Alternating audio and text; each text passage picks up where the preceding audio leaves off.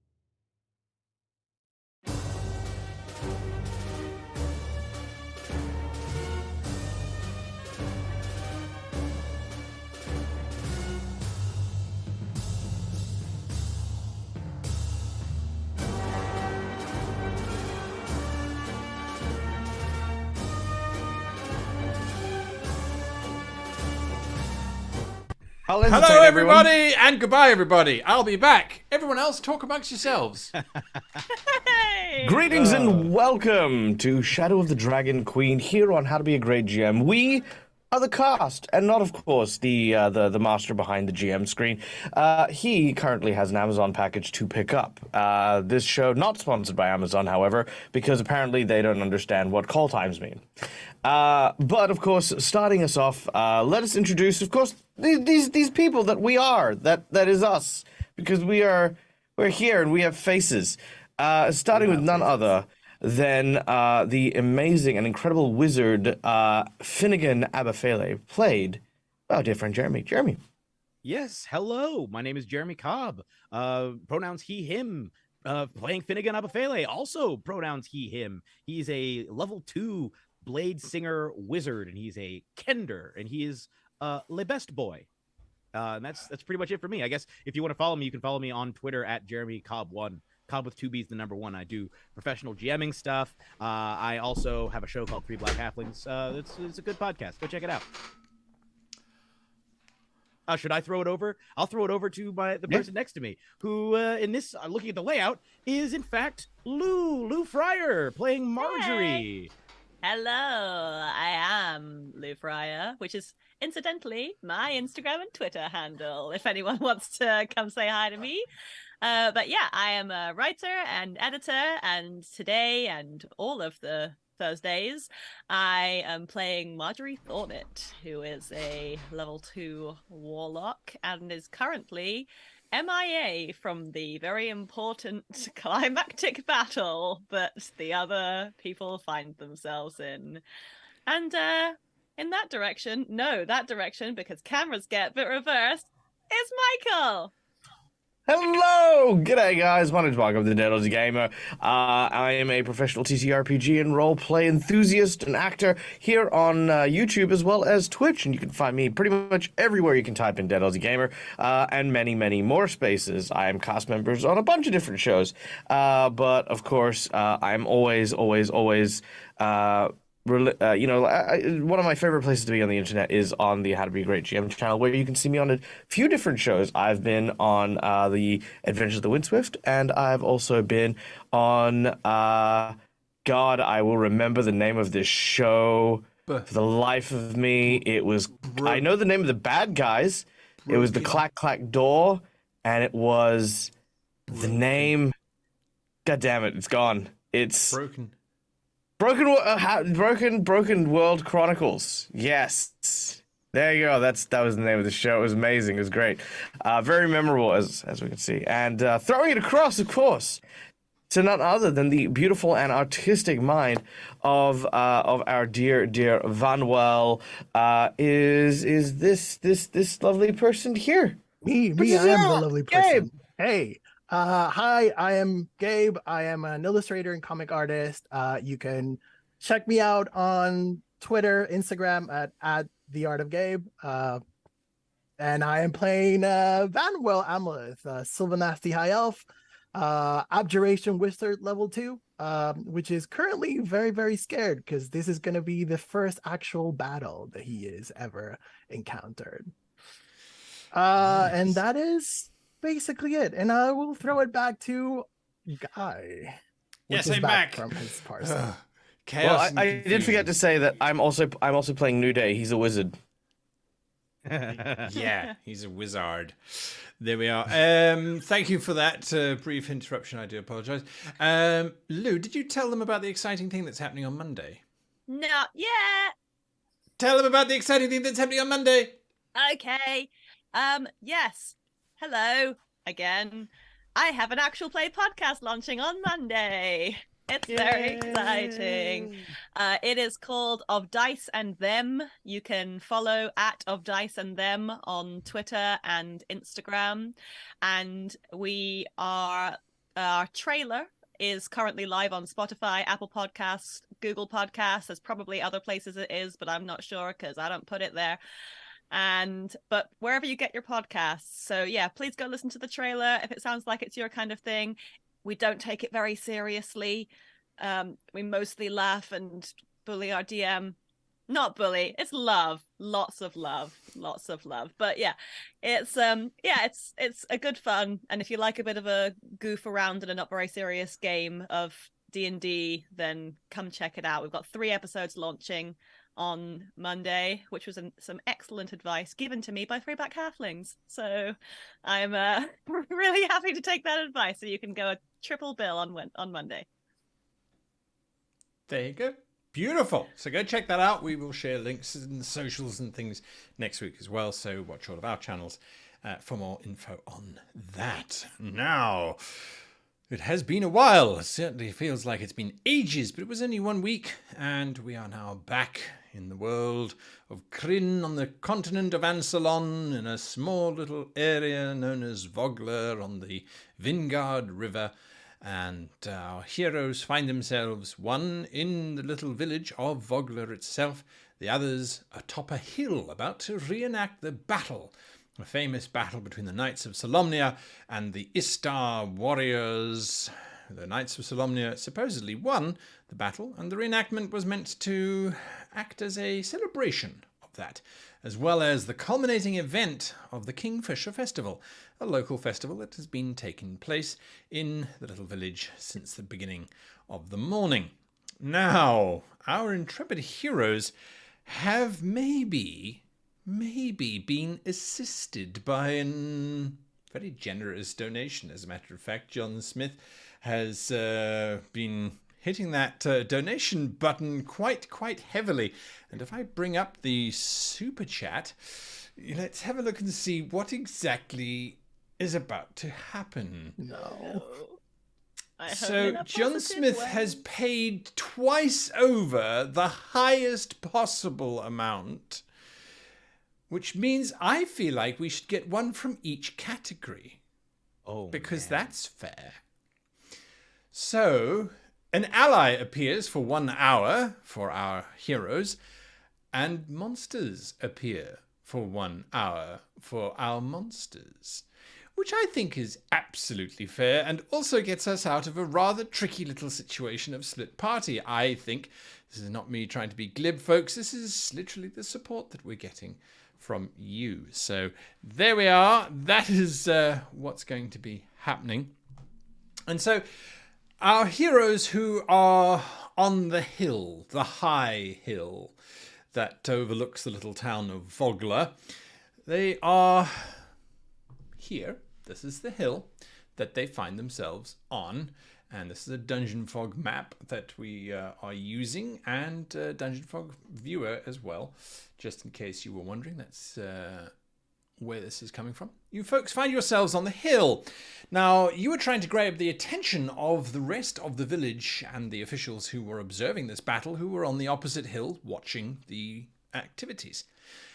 As you were jumping up and down trying to catch their attention, you became aware of some figures moving to the south of you on horseback, kind of circling, looking rather nefarious as it is, as it were. Vannwel, you were trying to get the attention of those on the opposite bank, I believe. I think that was me. Yeah, it was Finnigan. My apologies. Yes, it was Finnigan. That's right.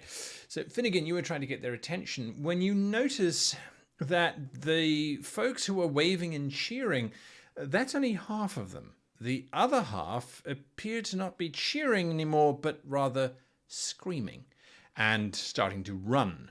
Several of the folk look very, very panicked, and it's like watching a wave just catch those who are viewing you as others start to realize that something is very, very wrong. You can see troops now armed with metal weapons moving up the hill on the other side as well. Someone has planned a coordinated attack against the village viewers as well as the reenactors. You and the few men that stand near you with the wooden swords and wooden shields seem ill-prepared for what is about to happen next. Marjorie, however, finds herself in the little village of Vogler, and young Baccharis the Younger, who is trying to load his father's boat with all kinds of trunks, chests, and supplies, seem to be having a bit of a conversation. Marjorie, you want to convince Baccharis the Younger about something.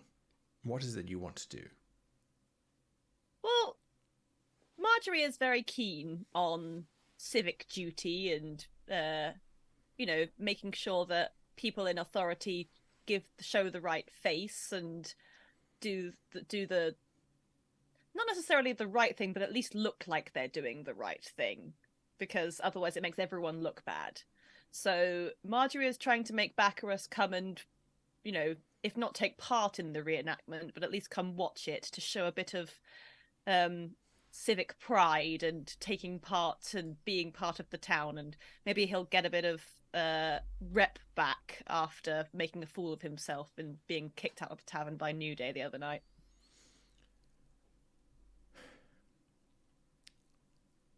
Well, Father said that I did have to load all of this before he came back, and I got the impression that he didn't want me to actually go to the battle, and it's rather boring anyway. It's just a bunch of people waving sticks at each other. Tell you what, why don't we rather cause some mischief down here in the town while everyone's away? I bet you it would be quite fun if we went around and we nailed everyone's doors shut, or perhaps, I don't know, did something more interesting. Oh, you were young once, weren't you? I mean, that has implications that Marjorie is not okay with. All right, maybe she's the oldest here, but that doesn't mean she's not young. And also, this sounds like a dramatic waste of time. It seems to me, Mr. Baccarus the Younger, that your father is rather a waste of space and is known to be such in these parts, and you can make a choice. You can make a choice to be a smaller, more higher-pitched waste of space, or you can choose to be someone who is a part of something, and whether that part is being a bystander or being a patron or being somebody who volunteers, whatever, but choose something for yourself, for God's sake, man, rather than just doing things that your father has told you to. If I had done what my father had told me to every single time, I'd be sat on a fish stand in Calaman, being miserable and smelling not nearly as good. Your words seem to actually cut him to the quick, and for a while he's speechless.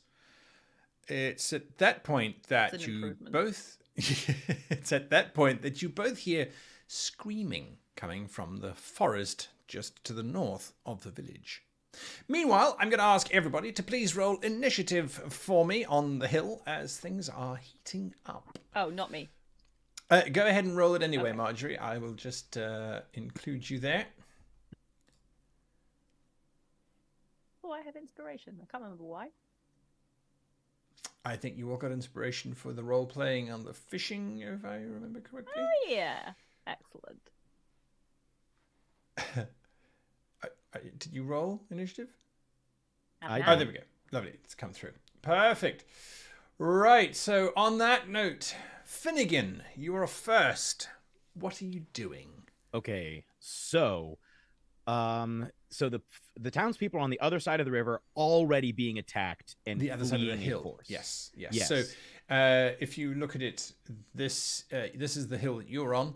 Then there's this road that bisects the saddle of the hill, and then further down south is another hill, which is where most of the observers were based. So they're a ways away from where we are.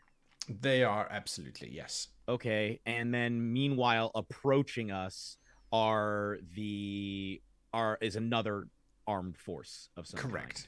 Ostensibly the one that was supposed to just be taking part in the actual battle itself. Right. Okay. Just correct me if I'm wrong, but the townspeople are currently fleeing towards the town and are being They're fleeing into the forest in all different directions. Okay, But they're yes. fleeing into the forest. Okay. Then I think what Finnigan would do, I would turn to my companions, and I would say,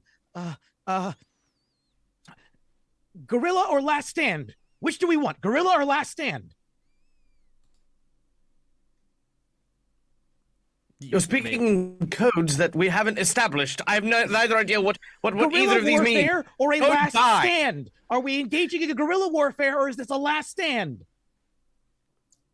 Have to have a first stand. Nudeih is gonna look around at the other reenactors that are on our hill. What do they look like? Do they look like they're gonna be able to fight, or are we like with some children with like wiffle bats?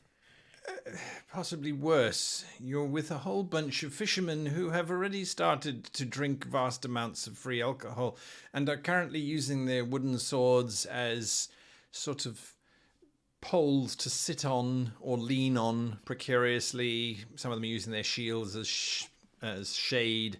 Most of them don't seem to be really aware of what's going on. There are a few that are looking around. Darrett, standing next to you, is saying, I don't think there's very much that this isn't what's supposed to happen.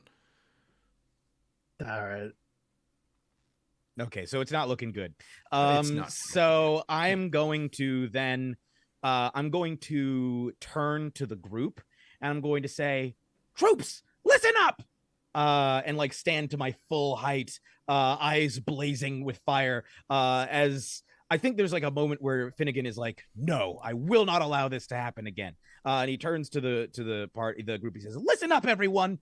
That over there is a force that is truly coming to kill all of us. This is not a drill. This is not pretend. That is a real armed force. Look across the hill. And I'll point and I'll at the fleeing audience and I'll say, there's already a force attacking your friends and loved ones. They've come for you and they've come for your town. We need to retreat to the town and barricade ourselves so that we can make a last stand and hold them off if possible. And I'm going to start trying to direct people, as much of the group as possible, to run back to the town so that we can get supplies and build some sort of defenses and at least fight on our turf. I love all of those options. I would ask you to give me either a performance check or a persuasion check. Okay.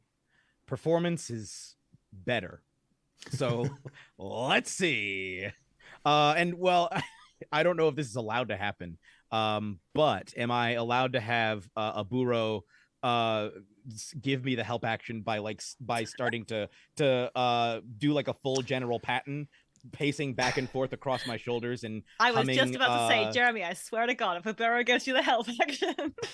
look, nobody else is doing it. And as adorable as that sounds, unfortunately, a burrow is a very small little thing. So the guardsmen in front of you immediately are inspired more. But the ones at the back are like, who's even talking? I can't see. Okay. Would you stand up, lad? I will roll performance. It's a 14. Could have been worse. All right. With a 14, you seem to have rallied the troops to a degree. They're like, all right. Where do you want us to go? To the town? Back to the town. We need to beat a double time retreat back to the town, find as many weapons and tools as you can, and start building a barricade. That force, and I point again, is coming. And that force, and I point across to the other hill, is already here. For your homes, for your families, for your lives. Charge! And I'm just going to start sprinting towards the town. You're going to start sprinting toward the town? So the town is at what direction right now? It's direct south. Okay. So as a reaction, can I look at Vannwel and say, he knows we're surrounded, right? I don't know. If we do need to fight our way to town then. Well, Right. Climb over the Finnigan- bodies as they run. Yes, Finnigan is launching his movement there. Your movement speed's 30 or 25? I believe it's 30. So 30. can I? Okay. Yeah, I'll just run as far as I can. If I can dash, then I'll dash. If I can't, then Yeah, you've done your inspirational speech. Yeah. Then, as you are running, you notice there are several of them running with you, of the townsfolk, I should say. And you then notice that these three mounted mercenaries, who are dressed as Istarian sort of mercenaries, these three mounted men, one of them notices you running forward with a whole bunch of peasants, and just spurs his horse into a full gallop directly towards you. and lowers down this very long, very pointed lance straight at you. Now, this is the terrifying part, is that the distance between you and him was 50 feet. But after spurring his horse into action, he is upon you in seconds. And that lance is coming straight at you, unfortunately. Ooh, 21 to hit. And is this against me? Yes, sir. Yeah, even a shield wouldn't make a difference. The lance comes straight at you. Clearly, this is a cavalryman who knows what he's doing. And you take 3 points of piercing damage. Your shield may have helped slightly to deflect it from being straight through the heart to just slicing across your shoulder. That's what he does. Vannwel, what are you doing? So I continue my conversation with Nudeih. Is like, we cannot run. And then I think he kind of just thinks for a second, and then he utters something, and he's casting mage armor on himself. So again, this kind of thing comes around him, which is kind of like a beefier Vannwel, taller Vannwel around him, but it kind of like bluish, shadowy. It's the spell, and then he is that. I guess that's like a trunk, right? Like it's a log. Yes, log. An old rotten log. Yeah. Yeah, I think Vannwel is just gonna go to the ground and sit next to the log to try and see if he can get some cover out of that, at least half cover or something. Sure, you're gonna lie down next to the log. All right. Well, it's like crouching next to the log to see if that kind of helps. Okay. Yeah, it's a sizable log. Definitely, you can crouch down behind it, I'd say. And then around Finnigan me, and Vannwel have very different reactions to this. and then again, it's just like around me. Obviously, everything is coming from below, right? From the south. Yeah. However, that kind of area Everything around you've seen the so far, right? But the currently the map has like the area around it. Is that something that's currently active, or are you actively looking all around you? I think, well, I don't have any more actions. I think is looking a free action. Sure. Right. Yeah, Okay. Right. Just sort of glancing and looking, you do see that some of the men have scattered to the north, to the south, to the west, and to the east, and you are hearing the sounds of battle coming from all around you. Right. Okay.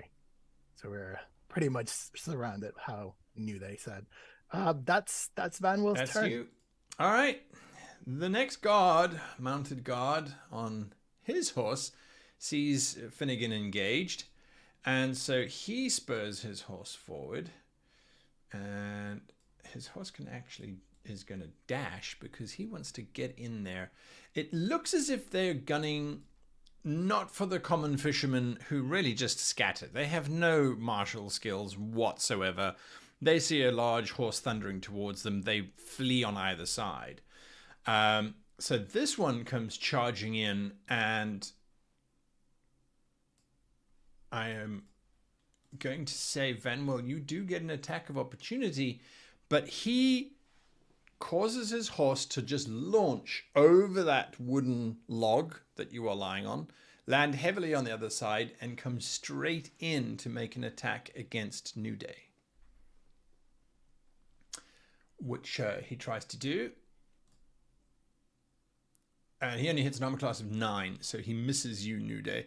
Vannwel, do you have any weapons in your hands? I guess I have my crossbow, which is the only thing that I kind of have. Which you can't make a attack of opportunity with. So the horse lands heavily, sort of just thundering over you, comes to a grinding halt in front of Nudeih and Darrett, and that is what it is doing. Marjorie, in town, you are hearing this cacophony from the hill. Ah. What are you doing? I mean, I guess I say, well, that doesn't sound good. Are you coming or are you fleeing? After your impassioned speech and a certain generous viewer, Baccharis looks at you and goes, I will define my own journey. Except I don't have a sword. Oh, that's okay. I know where one is. Oh, okay. He sort of kicks the trunk slightly and then starts rushing after you. Where are you headed? I saw Nudeih hide his sword, didn't I? I don't know. I think, Nudeih, you hid it outside after putting him in the drink barrel, didn't you? Yeah, I threw it in the river. He threw it. Oh, I thought you threw it in a barrel. Okay, then fine. I don't know where a sword is. Yeah. I thought you put it in a barrel somewhere. He put Lord Baccharis in the barrel. Yeah. Yeah, Where I are mean, you is heading? there we're in a quite a small town. Is there anywhere is there a stables or a smithy or something that we could run past where he could grab an improvised weapon? Yeah, absolutely. There's the guard towers on either side of the fish gates, which would conceivably have spears in them. Maybe not swords, but certainly spears, bow and arrow, for example, as well. So that's where you're rushing to? Yeah, is it in the right direction? It is. It is definitely in the right All right, direction. then we'll run in that It's the direction only way so to get that- out of Vogler. Yeah. All right. I'm not quite determined that he should be useful, so I think there's no point taking him up there to then go and try and punch a cavalryman in the face with a bare fist. Right. As you get to the tower, there is one very old guardsman who is quietly sleeping in the shade of the large fish gate. And as you approach, his eyes kind of open and he looks at you. You want something? It may be nothing, but there appears to be some sort of trouble coming from the forest, and myself and the younger Lord Baccharis are going to go and check it out. Will you accompany us? No. All of the town guard are up there. If you need help, you can get it from them. I'm just the gatekeeper. Okay, I shall employ your compatriots and see if there's anything they can do to assist. I'm sure it's nothing. There may be nothing at all, but it's worth checking out, I believe. Do you have a weapon that you can furnish Lord Baccharis with? You can have my spear. He hands over this old rusted spear. Say thank you, Lord Baccharis. But he smells. Say thank you, Lord Baccharis. Thank you, Lord Baccharis. I knew he was going to bloody do that. And then Actually, I you knew head Guy out. was going to do that. Nudeih, what are you doing? There is a large horse and rider No. in front of you. Yeah, no. I am going to look at the rider. I'm going to look at Vannwel. I'm going to see Finnigan running directly into a lance. There is a tiny, barely breathed sigh that comes out of Nudeih's lungs. And he does the following. He tells Vannwel, hold your shield out and get in that damn log right now. And I'm going to reach into my bag of wonders. And I cast blinding spray, and I throw sand in his eyes. Blinding spray. I like that. Yes, my magic spell. Your magic spell. It's a cantrip that only works for about however much this pocket can hold. All right, I'm going to give him a dexterity saving throw to try and avoid being blinded for the round. He fails. He gets a whopping 11, which is not enough to Haha! avoid being Fuck blinded. sand. Yeah, it So- doesn't, Alright. doesn't meet your spell save DC, does it? No, it doesn't. No, my spell DC, save DC is way higher. Yeah. So what I'm going to do now is while he is blinded, I'm going to move into the inside of that log that is right there. However, what I'm going to do is I'm going to grab my shield and I'm going to use that like a lid on the top of the log behind me and pull it kind of taut against the opening. And when Vannwel gets in and locks up the other side, my goal is to then shift my weight to roll this log down the hill towards the towards the horse that is fighting Finnigan. And hopefully out the other side and clearing a path through, I guess. I hope. I like that. I like that. It's crazy. Let's see what happens. After you, the last guard on the horse comes riding straight up. And I was going to ask, can I make a stealth check to see if people notice me go in the log? You can make a stealth check. Go ahead. Hell yeah. That's an 11. Yeah, they saw you. Okay. There's a big like shield that's there that's wiggling around. It's like, who put that shield there? All right, the other guard comes riding forward towards Darrett. He's trying to match what his ally did. I don't know why I'm doing that. I should just be rolling this here. And he does as well. Leaps over the log, which is now sealed at one end, lands and engages with Darrett, hacking away at the young knight, but the knight defends himself, even though he only has a wooden sword. This takes us to the top of the round. Finnigan, you find yourself face to knees with a warhorse and its rider. Okay. I take out I think still eyes blazing, still like I don't even know if Finnigan is aware of the chaos that's happening behind him. I think he's like very much like, we're getting to the town and we're gonna fortify as much as possible and fight our way through the town. So he is continuing on his forward trajectory. What he's going to do, my first question to you is, how large is the knight that just stabbed the lance at me? Medium size. It's okay. A human. Okay. So Finnigan is going to take out his sword, which he kind of already had, and go for he's going to start spinning it again with that.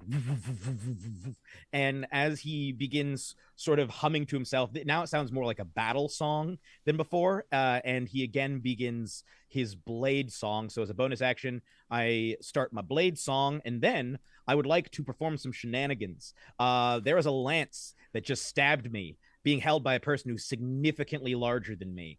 I'd like to climb up this lance and get onto the horse.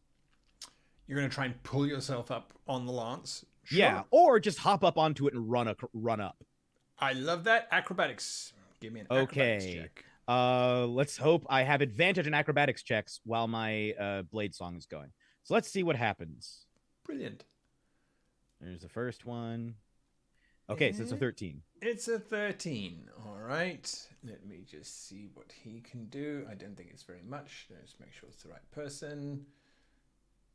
He also gets a 13. You are trying to climb up the spear and get up onto him, but you're not finding a stable purchase. You're now half on the spear, half holding onto the horse's riding tack. You're not completely on top at the moment. Okay. Then I'm kind of balanced in between. I would then, I think what I would do is probably try and, because I don't know that I'm strong enough to throw him off. So I think what I would try and do is just stab him. Like I want to see if I can just kill him.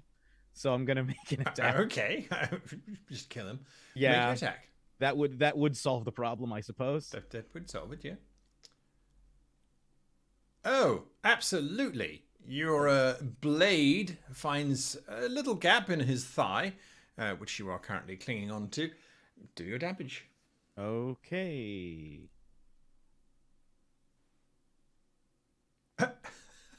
10 damage? Yeah. He groans, apparently. That was the sweet spot. And he tumbles off of his horse, dead, next to you.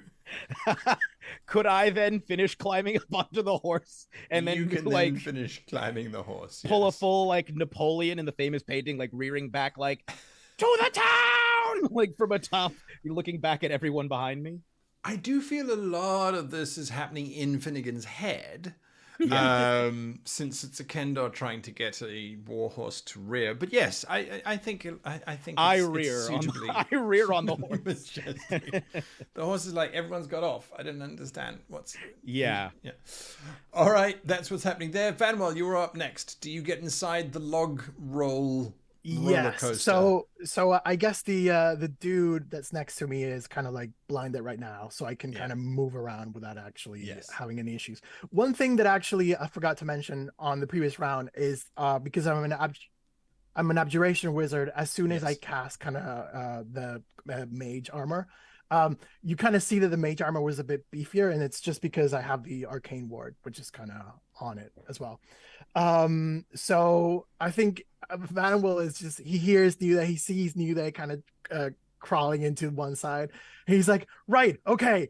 And then kind of, he's already in the floor. He kind of just crawls to one side of the log, and he kind of just turns to Nudeih when he kind of sees it. I don't have a shield, and starts like looking in his backpack for something. And he kind of pulls out his water skin, and he kind of does the cap like, and then he's casting shade water for a bit of water from the water skin to kind of do like a small sheet of like thin ice to like, I don't know, maybe this, and he kind of just basically does that, and then he kind of puts himself in that situation where he's putting his back to where the wade is gonna go, just to help out Nudeih when we start rolling. Let's see where this goes. Rolling. Let's see where this goes. This is insanity. Okay, the two of you are inside of this barrel. Finnigan is Napoleoning on a horse, and that brings us to the blinded guard, who is he spent his last this turn restoring his sight and rubbing his eyes. Marjorie. Hello. You, as you are running now from the little town, you run through the fish gate, you're heading up the hill towards the commotion. And I just need to bring this up again just to refresh my memory more than anything else. So, yes, you are running up this hill. We have had another amazing donation from Fabled Beard Co. and another one from John Smith. So, Marjorie, basically, you've got whatever it is you like from that table there. Inspiration. Everyone regains a D8 hit points. Or Nobody else lost any hit points, right? Some people have. Some haven't. Finnigan has.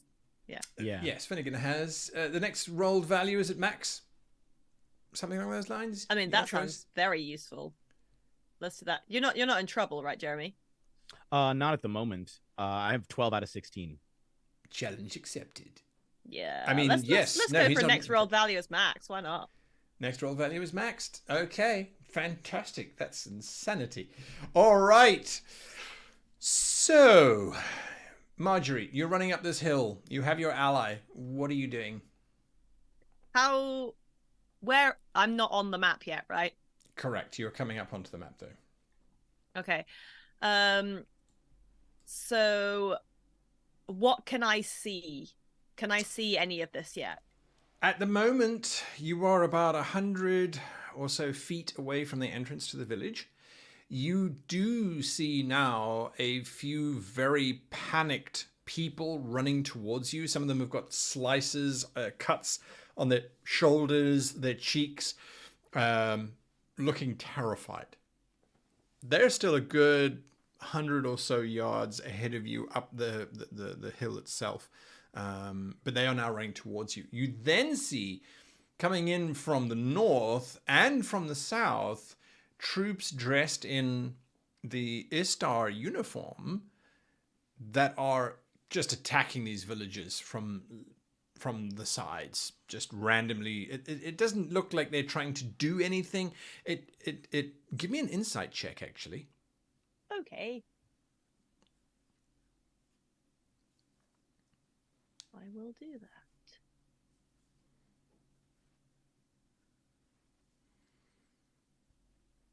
Yeah, it's a wholesale slaughter that is happening between the forces of Istar and well, isn't the next rolled value maxed?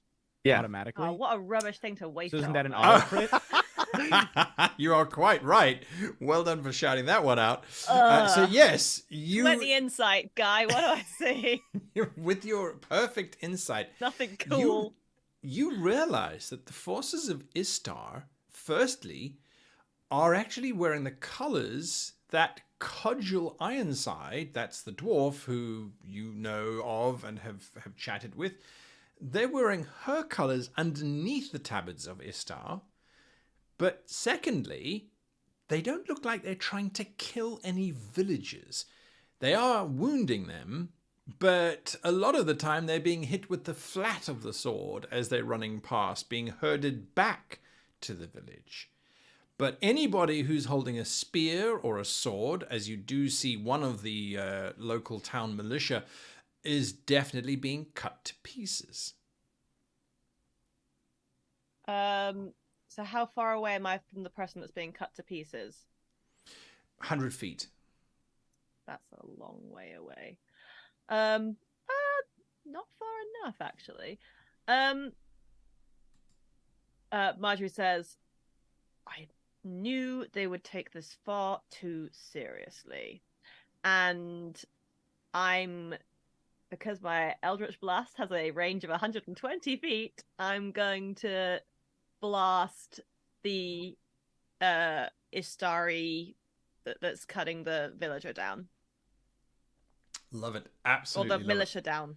Whoever they're All right, they're make your cutting down. attack. I will give it a go.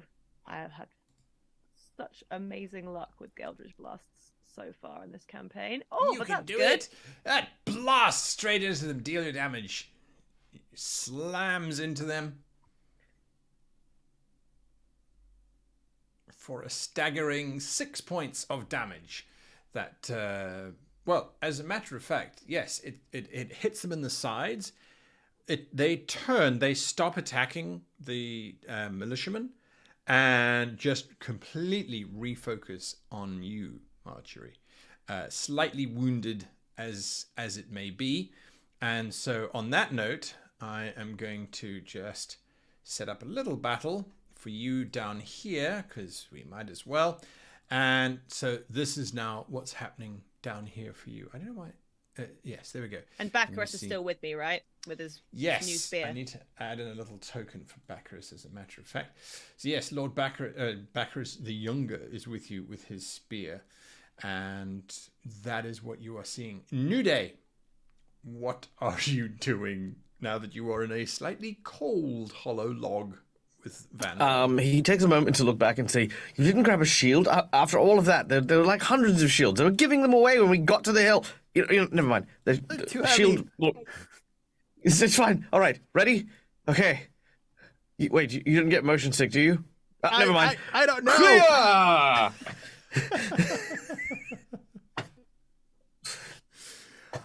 Okay. Roll for motion sickness. You throw yourself bodily to try and get this thing to roll. The joy of what's happening up here is you guys are definitely rolling downhill at quite some speed.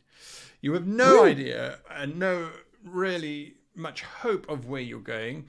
So I'm going to ask you to roll a d4 for me, please, Michael, as this barrel log starts to make its way down the hill. Oh, yeah, this is gonna go so well. The Rouge, that's a 3. That's a 3. 1, 2, 3. Finnigan, you have to take a reaction and give me a dexterity saving throw, please. Unless you actually have animal handling, in which case you need to do that. Because your I'm not horse is going... proficient. Okay, give me a dexterity saving throw. The horse is going one way and you possibly are going another, depending on what happens. Let me see if I get any bonus to this. I get a plus. That's concentration checks and advantage on acrobatics. All right, just a straightforward dex save. Here we go. Hey, look at that. There we go. You have a choice. You can stay on the horse or you could leap off the horse safely. I'm going to stay on the horse. All right, perfect. So you leap over this log as this log continues to barrel its way down. Do you have a particular hope of where you're going to end up, Vannwel? Neither. But Vannwel is thinking that. Sorry, not Vannwel. My apologies. You're right. Well, I want to know where Vannwel wants to be. Where would you like to be? Closer to town. Do you wanna be? As you... And now that we're committed, where would you I want like to try and go? steer. don't know if this was a good idea. It's fine. It's fine. We've got my stop was the bottom of the hill. Yeah. Preferably through the line of soldiers who ideally are avoiding getting trampled by this giant log. Which means that we're on the not getting slaughtered side of that line of death. Indeed. That's it. That's what you're trying. That's what you're trying. Yeah, that's the goal. That's the hope. Logs have saved me before in this campaign, and by thunder, it'll do it again. Okay, the guards over here are busy fighting with Darrett, unfortunately. Poor old Darrett. Sorry, Darrett. And not succeeding particularly well. Darrett seems to be holding his own for this battle. This brings us to the top of the round, and Finnigan, the majestic. You are on your mounted horse. You can see Darrett is now surrounded by two of these guardsmen who are desperately trying to stab him. And then you can see the disappearing tree log with the sounds of your friends inside. Yes, and I know that they're not represented on the board, but where are the folks who were with us and Darrett? They are scattering in all different directions. Oh, so they did not at all try it. Well, they did start following you until you then got attacked by the horse rider. And the moment the horse rider started to charge towards them, their morale just broke. Because if you've ever had a horse charging straight at you, it's particularly intimidating. So they sort of scattered. Then you had your whole little thing with the rider, and they just continued to break away. So they're around, but effectively they're not adding anything to the situation. Then I would like to we're gonna try and rally the troops here. I'm going to stand up on the horse as best I can and scream out, not just at the surrounding townspeople, but also at the guards who are not the guards, but the attacking the opponents who are currently attacking poor Darrett. And I would like to hold my blade in the air so that the blood that soaks the black metal catches and glints in the sunlight. And I would like to shout out, "See how easily I already felled one! He fell like a wimp, like a pathetic weakling. We can win!" And I'm basically attempting to goad those ones into coming and attacking me, as well as inspiring everyone else to follow me. And then I'll be like, "Again, I say, charge!" And then charge towards the town. I love it. Absolutely love it. I don't think you need to make a roll. I'm convinced that that's the right call. But should they be fighting back or charging towards the town? Well, the hope is that if we can get into the town, then we can like regroup. So I guess the amount of fighting back that would be required to no longer be surrounded by troops and to be inside of the town. Does that make sense? It does make sense. All right. Yeah. Perfect. And so you're going to go back down the hill again on your horse. Yeah, charging towards the town. All right. Let me just check for these guards. And you'll see what they're about to do. Those were great rolls. Vannwel, I need you to give me a Constitution saving throw, if you please. Here we go. Okay. That's an 18. Apparently, you enjoy being rotated around 360 degrees rapidly inside a bouncing log of doom and certain death. Not my first rodeo. Apparently not. Okay, there we go. Apparently Vannwel secretly practices the art of log rolling. Who knew? Anyway. Canonically said at the start of this session that this is your first rodeo. Yes. Listen. Lies, I tell you. Lies and deceptions. So, yes, right. Insane. What is going on? Vannwel, are you going to do anything whilst in this tube? I mean, the only thing that I could do is like maybe use the grapple action to just hold myself steadier. Absolutely. Give me a strength check, if you please. Oh my god, strength. Yeah. Let's do it. That's what wizards like to do. Saving throw or just like straight up just a strength check or athletics if you have it. Actually, it's the same thing. It's an 18. It's an 18. It's absolutely good. You very good. You brace And don't have happen what happens to so many people when you are actually inside a tumbling thing, which is where your head hits the front, then your head hits the back, then it hits the front, then it hits the back. You manage to actually hold in and stay secure. Would you please roll a d4 for me? Let's see. It's a D4. That's a 1. A 1. Brilliant. The log suddenly bounces off of a stone or something and spins out into the air. Finnigan, once again, I need you to give me a dexterity saving throw as this insane log now rolls right past you at speed. This log's got a vendetta against Finnigan. Just to be clear, it rolled, we jumped it, then I ran past it, and then it rolled up against me again. It hit a stone and is now careening after you. I love it. Literally, I am rolling on the 1, 2, 3, 4. It has a specific destination. Yep. I'm all for it. Let's see what happens. Dice, no. Oh no. Oh no. Come on now. All this right. log is the greatest enemy. The log is your greatest enemy. You get BBEG. thrown. Roll a d8 for me, please, Finnigan. You get thrown from your horse. No. Oh. Rolling a d8. That's a 2. All right, that makes sense. You get thrown to the side here. You take 5 points of damage as you are. Unfortunately, it is what it is. 1d6, and I rolled a 5. You take 5 points of damage as you are thrown from your horse. Your horse bolts in a different direction as this log continues its run of doom. To make matters worse, you also taunted the guards to follow you, and they have. This could be it, guys. So they just charged down the hill with a spear at you, and I'm prone. Meanwhile, inside the log, there's just this. Did you hear something, Vannwel? I think we hit someone. No. yeah. Don't think about it. Armor class of 14, Finnigan? That does not hit me. It just misses. With advantage, he misses. His companion laughs at him and tells him that he's an idiot, and is going to make the same attack. But that's not going to happen just yet. My apologies. I'm skipping initiatives here. Marjorie, you are up. You are facing off against this fellow here. You have Baccharis the Younger with his spear. He's looking at you. What do I do?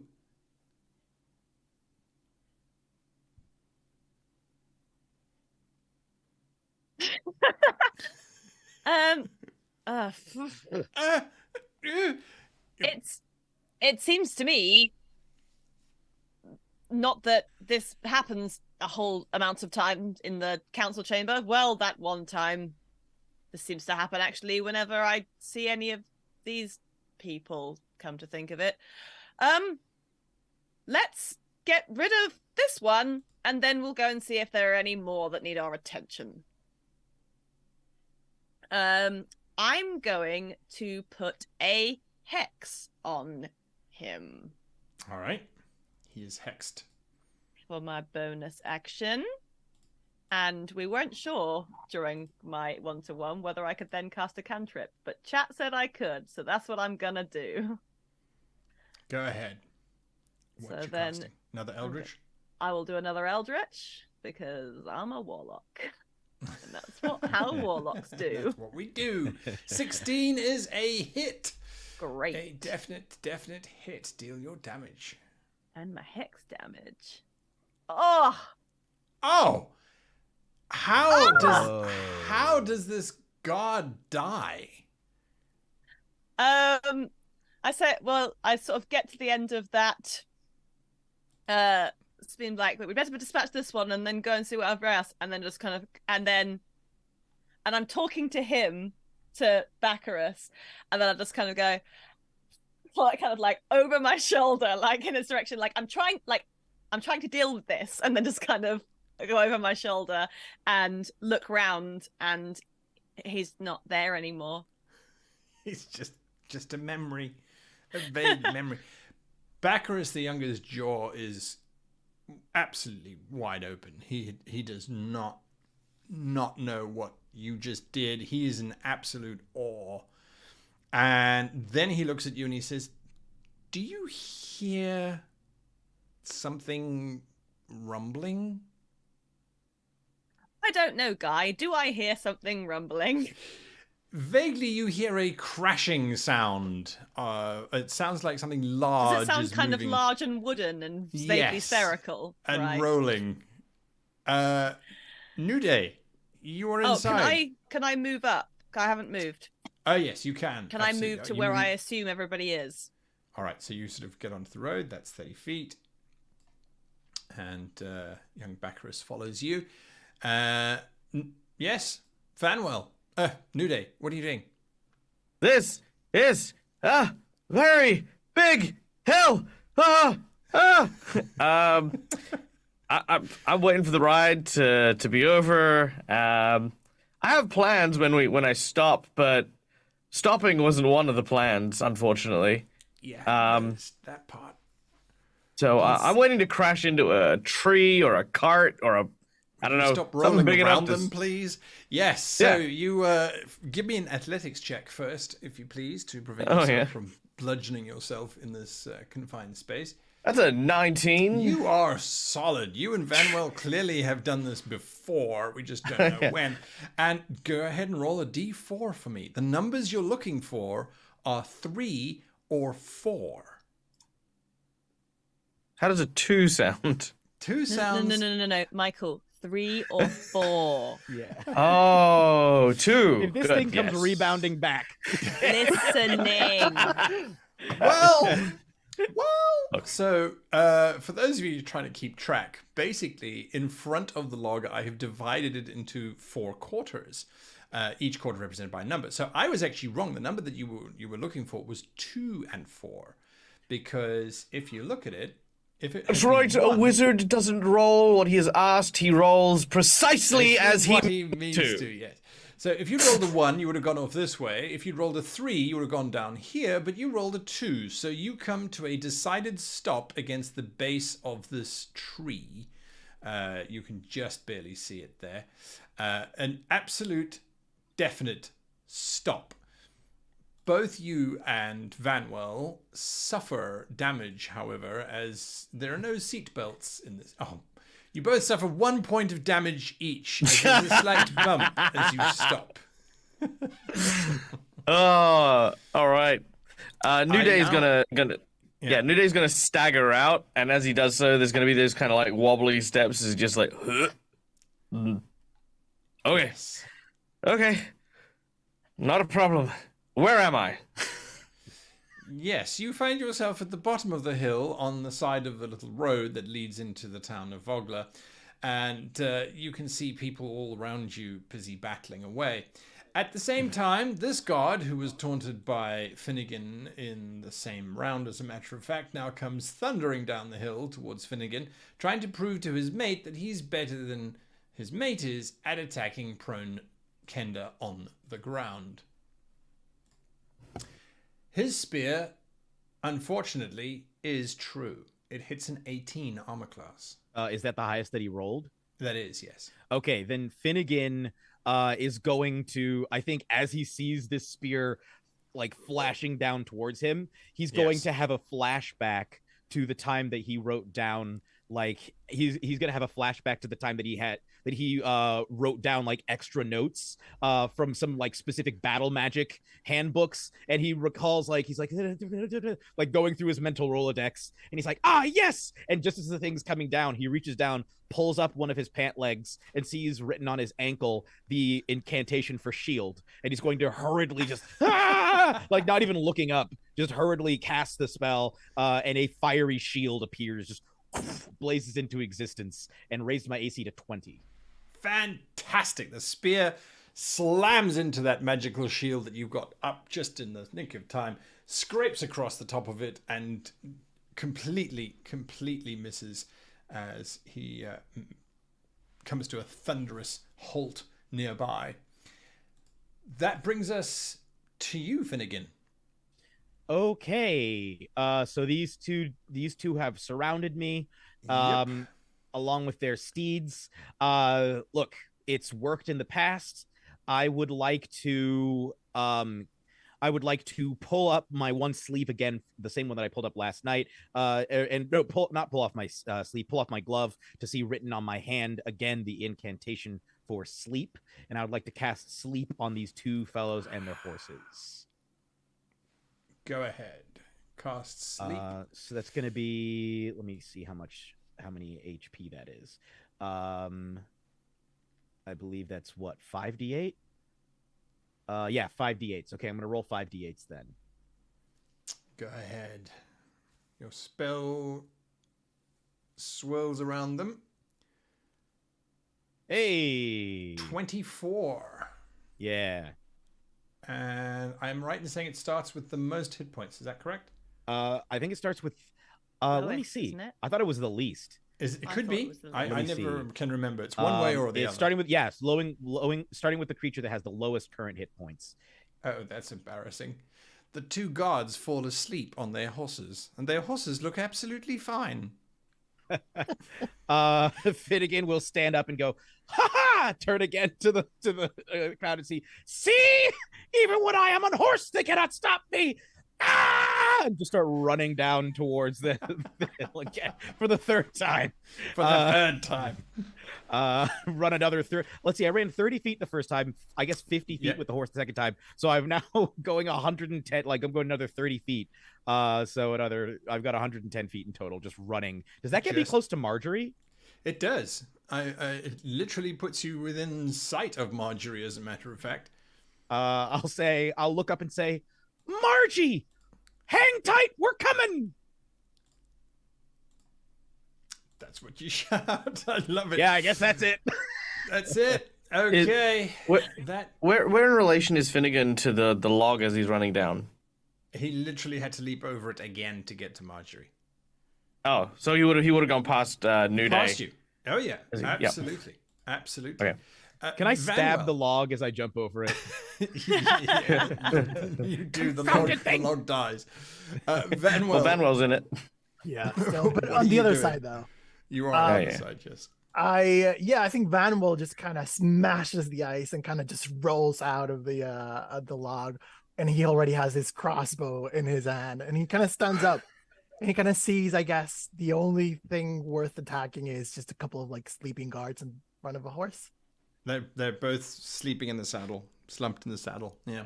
And then that was a bit weird. He kind of turns around and kind of sees Nudeih, and then I guess he sees Finnigan going down, and he sees Marjorie. Charge! And is anything else happening in the battlefield right now? You are aware that there is shouting and screaming happening all around you. Right, but I don't necessarily see anything. It's in the forest. Well, as a matter of fact, you do become aware that there is now something happening. Poor old Darrett, who had been left to fend for himself, you can now see Darrett is engaged with... It was originally one, but then we had some amazing support from our viewers. Darrett is engaged with two what look to be half-ogres. And they are beating 7 types of Wednesday out of poor old Darrett. Two half. You'll be fine. Walk it off. Right. I guess as soon as Vannwel sees that specifically, he's like, no. And then I guess he kind of just not shouts, but like lets Nudeih know that that's happening. And how far away is it from where I am right now? From you? A couple of 40 feet. Fine. I'll kind of use my crossbow on the one closest to me. Okie dokes. Make your attack. Which would be to hit. That's a 12.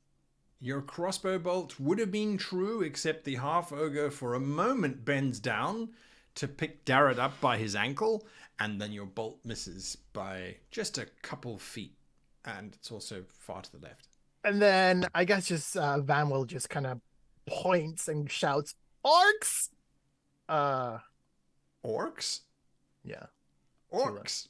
I like that. They're definitely orcs. All right. At the moment, Finnigan is the only one who is injured. The reason why I say this is because, for whatever reason, D&D Beyond requires me to change to a different combat encounter. So, Finnigan, if you wouldn't mind, when we change to this new battle, as it has now shifted, I need you just to recall the number of hit points I have. Yes, please. I'm at 7 out of 16.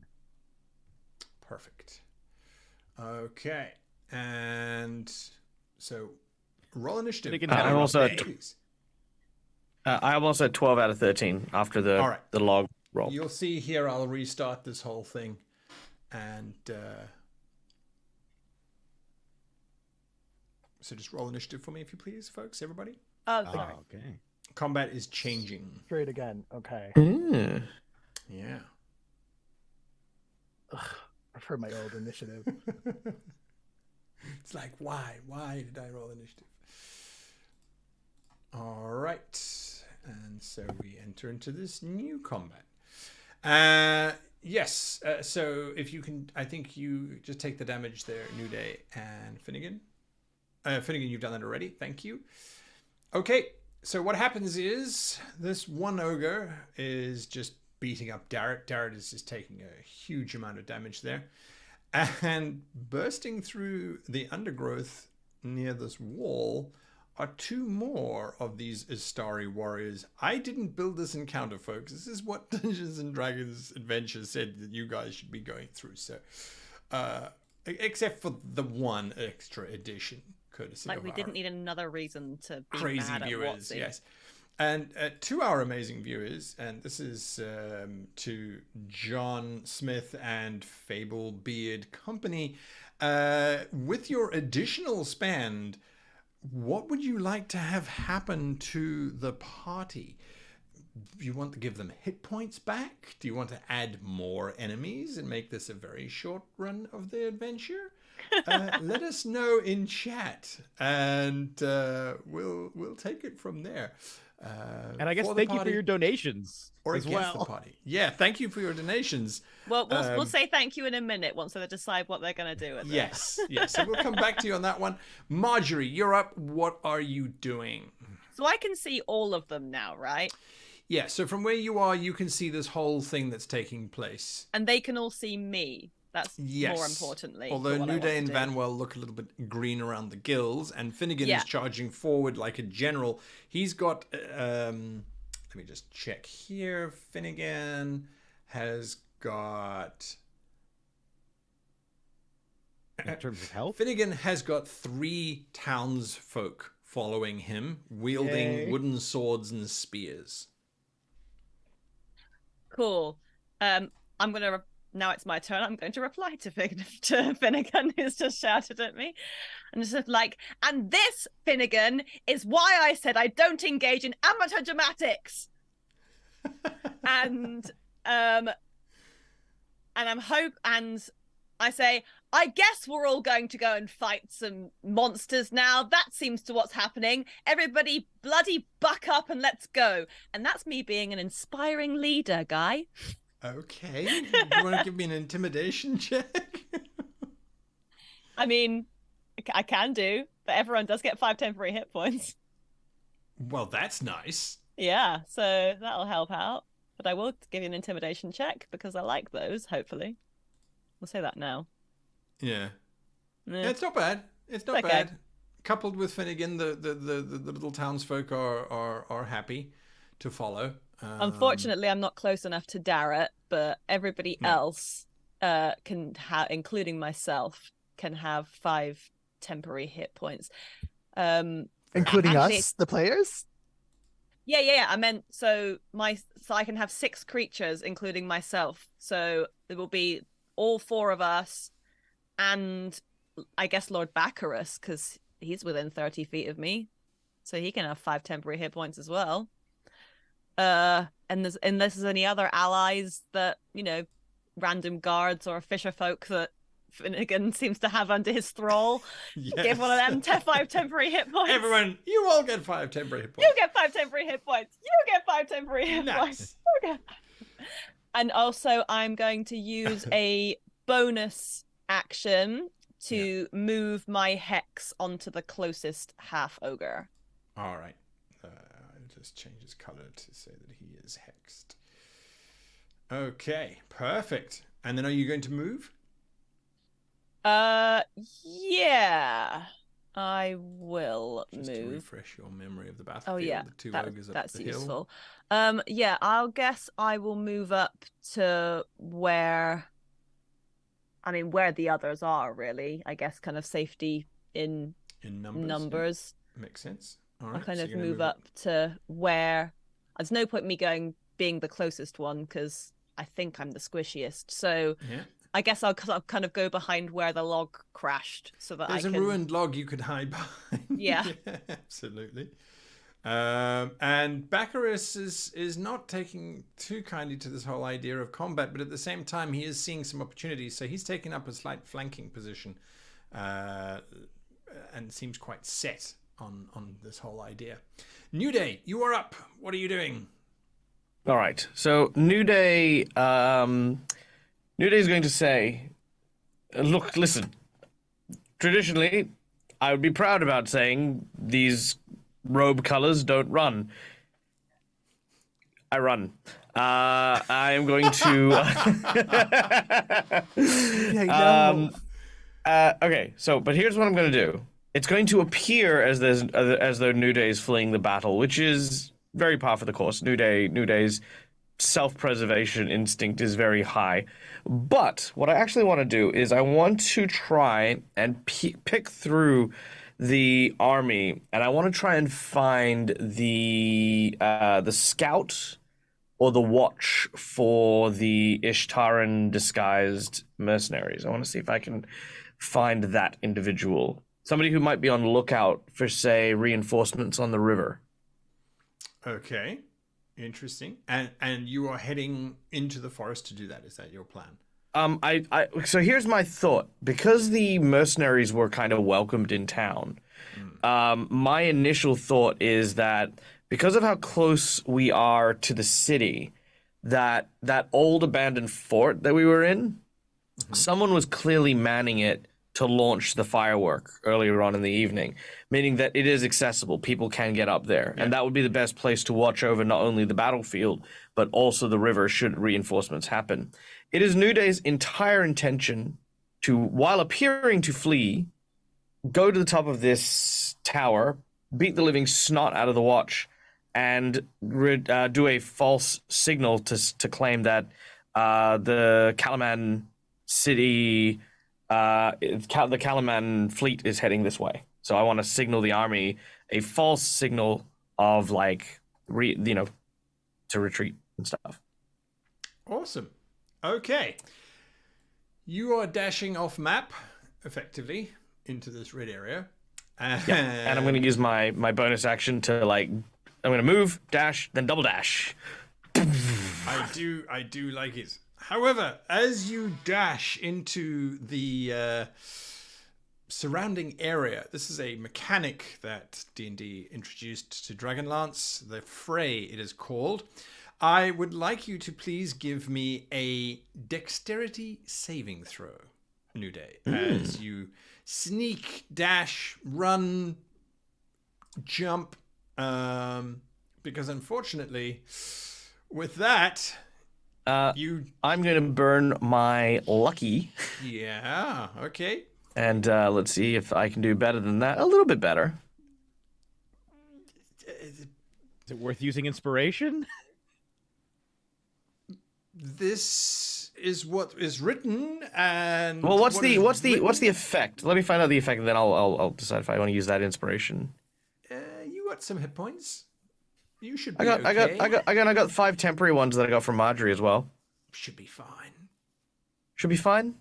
Let's see what happens. Let's see do what it. happens. See what happens. I want to find out the thing. Burst through a thicket of some description or other, bracken, I suppose. And as you are rushing forward, this very large mercenary just swings a flail, and you don't see it coming. It hits you and deals some damage to you. Out of nowhere, you take 4 points of piercing damage. All right, that shook my morale a little. Yeah, but you duck, roll, and break away. You're not engaged. That was just a random swipe out at you. Now I'd like somebody else to please roll a d4 for me. So any one of you can roll a d4. I'll roll it. 3. A 3.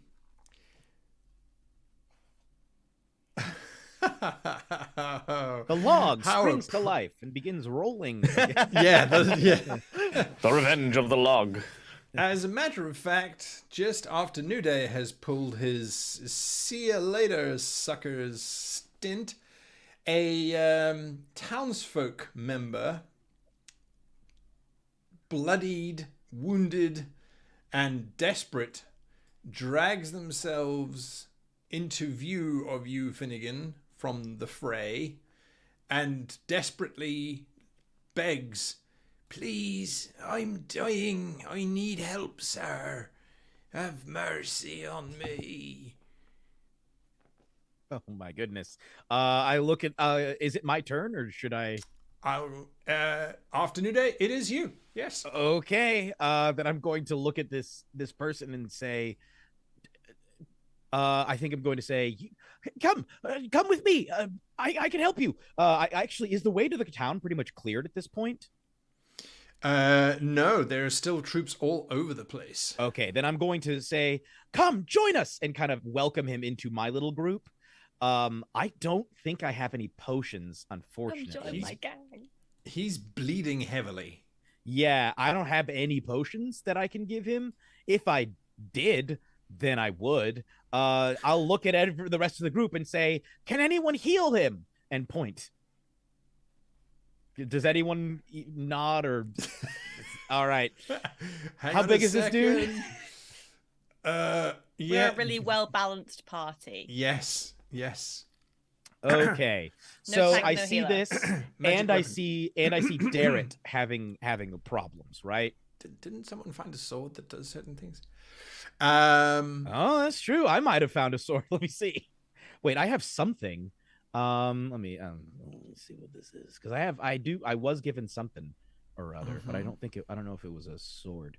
I remember a sword. Fairly certain it was in this You're right. Yeah. campaign session. Gives me. Yeah, you're right.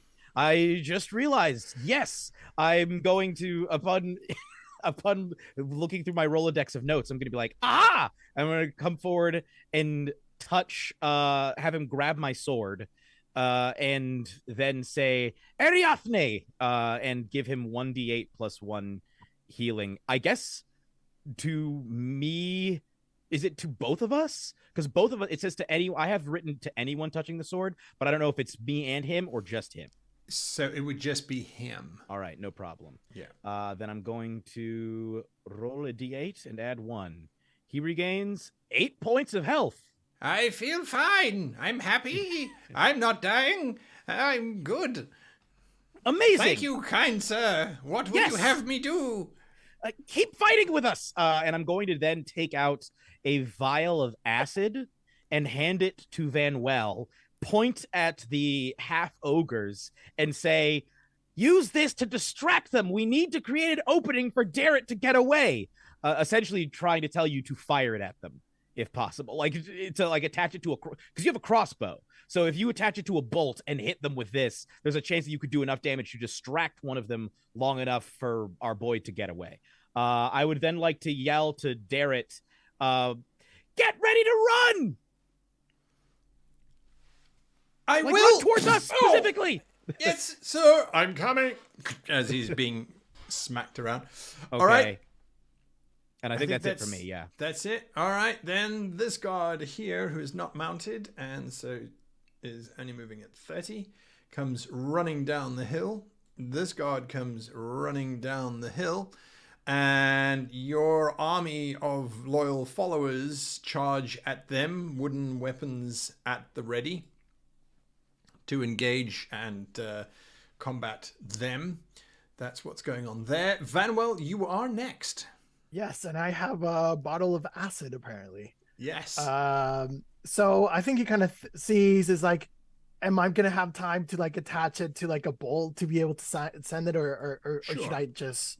Right. Okay. So or you could just throw it. It's not that far. I'm like 40 feet. Maybe I can kind of walk. I guess I can kind of run a bit closer. Yeah, I think I'm gonna move forward like 15 feet or something. Sure. Kind of just try to throw it to the one closest to me. It's like, hey, and then as I throw it, I kind of try to engage my eyes with Darrett and kind of just do like run. And just throw the thing. All right, you throw the thing. You shouted, "Hey, catch!" No, just kind of shout it very loudly, which is probably not as loud in a battlefield. Sure, but I am aiming at him. Yeah. You are aiming at him. Yeah. What's your Right. Wait. Do I do a throwing? I think it's a ranged attack roll. Correct. Just yeah, it's a ranged attack. Yeah, it's right. a ranged attack. Right. So I guess I do my normal attack range with dexterity, with not dex. with strength. Yeah. So I'm gonna do. It's gonna appear as my crossbow, but it's just because it's ranged. Sorry. Well, you throw this little vial of acid at the half ogre. Can I give him my inspiration on this? I really want to save Darrett. You're about to try, Finnigan. You watch as this vial sails very wide. As a matter of fact, nowhere near the ogre, except that the ogre failed his intelligence check, so he reaches out and grabs the little vial in his hand. Right. Which causes it to shatter. What is the damage of your flask, acid flask? It's 2d6 acid damage. Go ahead and roll that for me, Vannwel. 2d6s. Right. 1, 2, roll. That's 6. 6 points of acid damage. This causes the half ogre to bellow in rage. Dragones no like! And he looks as if he's now desperately coming towards you. So I moved obviously 15 feet. Can I kind of go back 15 feet? You can slink back 15 feet? Sure. And that's it. That's it. Beautiful. Darrett is trying to follow orders, which is to come running over. So he tries to come running over, which can he disengage? Is he able to disengage first, or is it? No, he's just following orders and running blind. At this moment, he's not looking particularly healthy anyway. The half ogre does get a bonus, a reactionary attack. It misses completely because its hand is busy burning anyway. So Darrett comes staggering down to join the rest of you. He gets his full movement in and stands panting, bleeding, clearly in pain. Reporting for duty as ordered, sir. I get ready to hand him my sword. Here, take this. Meanwhile, at the top of the new round, this ogre, half ogre, is not happy about life, and so comes thundering down the track, screaming all kinds of bloody murder. Comes across your first little ally there, Finnigan, and just swings this mega battle axe at the fisherman. And gets our first natural 20 of the evening. Oh, no. And you watch as this poor little fisherman is simply cut in half and drops to the ground. I mean, I'll roll his damage, right? But is it possible gonna for him to survive this? Like if you roll 2 1s or whatever it is, or it's 4 not 1s? Oh, you jinxed my dice, you did. 2 1s, a 2, Jeremy, and I you're can't a see what that hero. one is. Yeah. Yeah. A 2 1s, a 2, and 2 3s. That's 10 points of damage. The fisherman is still unfortunately cut in twain, as he only has 8 hit points.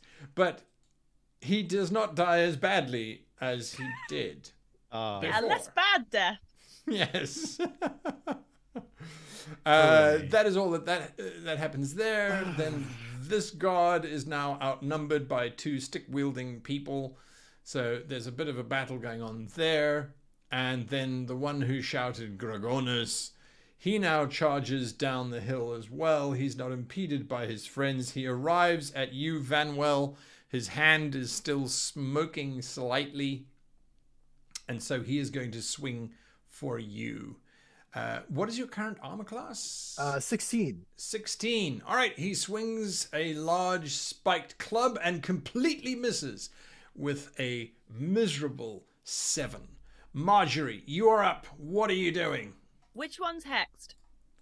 The one in pink. They look The one standing exactly the same color to me. Directly in front of Vannwel. Oh, okay, cool. So yeah, they are slightly different colors. Yeah, I remember you saying that you were going to change one of those colors, and I was thinking, Yes. why didn't you do that? I'll make it brighter. Oh, okay, yeah, that's much more Hey. obvious. Great. Okay, I will blast him. Make your attack. Why not? Why not? Hopefully it'll Indeed. work, because then I'll be able to hex it. With a Is it 14, that 14? is a hit. Deal your damage. Yay! That's good. And that 9 plus. plus my hex. Woo! Ooh, 15 points of damage. It burns deeply, and you can see that you have started to cause this ogre to bleed from your burn mark where you hit it. Are you doing anything else? I'll sort of get myself into as much cover as I can, but that might not be very much. But Yeah, Marjorie hunking knows down she can't behind take the- many hits. It's not what she's built for. Nudeih. You All right, are yep. sneaking through the forest. And you get to the point where you do see Thornwell Keep. And at the top of it, there is the bizarre catapult device thing. There is still someone up there. All right, How I'm are going to you make my going way to up there. approach this? You're going to climb up? Are you going to try and yeah. go through the sort of the keep's door? You can see quite easily there's a door at the base of the tower, and there's obviously then a ladder that goes all the way to the top. Or are you going to try and scale the Speed will be outside? my Speed will be my ladder priority is the here. best way to go then. Okay. Are you trying to do it stealthily? Yes. Go ahead and give me a stealth check. Yeah, let's try it stealthy. That's a 16. 16, and the guard up there gets a 13. He is unaware of your approach. Unfortunately, it is a 3-story tower, so you are climbing up. You'll get there at the beginning of next round. All right? Yep. And I'll use my Finnigan. bonus action too. Yes. Super fast. Super fast. Super fast. Yep. Finnigan. Okay. So one of the townspeople was just killed. One of Yes. one of the half ogres looks pretty injured. Yes. Who are the 2 figures highlighted in white near the top there? Those are the sleeping guards. Those are the sleeping guards. Then there are 2 still healthy guards, presumably, that are Yes. engaging, and 1 damaged ogre, and then 1 healthy half ogre. Correct. Okay. And also a badly damaged Darrett. So I'm going to hold out my sword to Darrett and say, grab the blade, but don't hurt yourself. He touches the blade. I'm going to use an action again to heal him. So that is going to be another D8 plus 1. He regains 9 points of health. Amazing. I didn't realize. And then I'm going to say, go reinforce Vannwel. And basically direct him to go attack the half ogre alongside Vannwel and whoever else happens to be standing with him. For sure. That was my action. I don't think I have any bonus actions I can do. Let me just check. I have the blade song. Nothing that I can use, unfortunately. All good. All right. Yep. That'll be it for me. Darrett counterattacks the ogre and tries to beat the ogre as best he can. He hits the ogre's armor class and deals 6 points of damage to the ogre. He's as shocked as the ogre is. Neither of them saw that one coming. Meanwhile, the guards down here, this guard is going to break away and is going to engage with young Baccharis and is going to try to attack Baccharis and hits Baccharis, unfortunately. And wounds Baccharis quite heavily. Baccharis swings back, hits as well using a spear, and so there's a battle going on there. Vannwel, you're up next. So Vannwel is really, really close to the ogre, right? Like right next to it. 5. Yep. I think Vannwel was not expecting the villager to get killed in front of him because of something that he's thrown. So he's kind of like, he's a bit shocked. I think he raises his hand kind of like in this motion.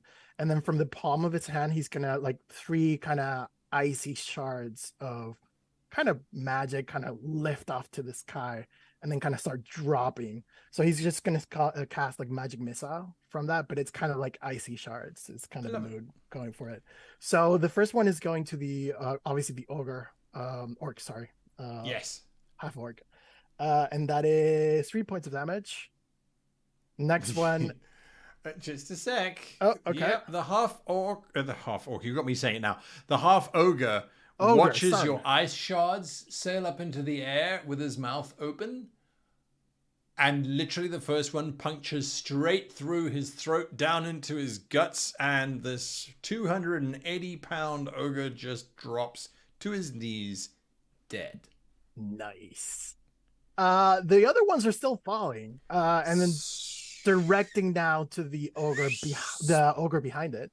Nice. So another one is 4 points of damage. Yes. And the final one is 3 points of damage. All right. Both of them slam into that creature. The ogre. This one looks a little bit tougher than Grogonus. And you can see now that you're sort of looking at him, he's also wearing slightly different armor. This armor looks to be a little bit cruder, but a little bit more encapsulating. Breastplate, black metal. Definitely not like the rest of the guards. And he's also not wearing an Ishtar cover at all. That's interesting. This brings us to the top of the round. And so this ogre now comes in. For ease, I'm going to simply hide the dead. He comes storming towards you, Vannwel, and makes his attack. He only gets 1 attack against you. He swings, he swipes, and it was a 19, but it rolled over to a 9, so it's a 14. It's a miss. You duck underneath his big, big swipe. The guards are still going at each other, and I'm just going to check here what's happening. All right, so that's 2 hits from the fisherman against this poor old guard. So I'm just going to put their damage in quickly. 4 damage to the guard. Guard is not looking good. The guard swipes back at the fisherman and hits the fisherman. Oh my goodness, hits the fisherman quite badly. And one of the fishermen is so wounded that he drops out of the fight. He's not dead, but he's just not participating either. So I'm just going to move him aside slightly. He's definitely dead because he's taken 3 damage. And so Marjorie, you are up next. What are you doing? Use a bonus action to move my hex onto the other half ogre. Yes. And like, where are they coming from? And blast again. Like, this is really inconvenient. You are asking where are they coming from? Just kind of in indignation to the air. The army, says the ogre in response to your question that you apparently Well, asked it. thanks for the information. It's a 15 on my Eldritch Blast. 15 is a hit. Good. Oh, Oh, loving Eldritch Blast nice today. damage. Good. Hey, 17 points of 17. damage. Jesus He Christ. is, he's Guys still taking not looking. 24. He's taken a lot of damage, but he's still not bleeding, as they would say. Oh, Are you doing no. anything else, Marjorie? Staying where you are? Yeah. I mean, I've used my bonus action. I don't really Yeah. see the point of moving, so I'll just be like, yeah, just kind of hanging out behind a smashed up log. All And right. I'll look behind, just take a little glance behind me and see if I can see Nudeih. And No, I probably it's just, don't. And you're I'm just like, forest. okay, Yeah. cool. Help's not Speaking coming from of- that direction. Nudeih, you get to the top of the ladder. You can see that the guard is not looking down at the ladder at all. The guard appears to be looking up into the forest. Are they wearing the mercenary outfit or the Ishtarian outfit? As a matter of fact, they appear to be wearing the rather casual tunic of a fisherman, but underneath you can very definitely see chainmail. Okay. Still using my stealth, I'm gonna sneak up behind him with Yep. dagger drawn, and I'm gonna place it. I'm gonna basically place it on the side of his throat, and basically say, "All right, listen here. I don't like to repeat myself, so I'm gonna ask some questions. And unless you'd like me to use this knife as a pick to try and dig the wax out of your ears, you'll answer my questions. Who do you work for?"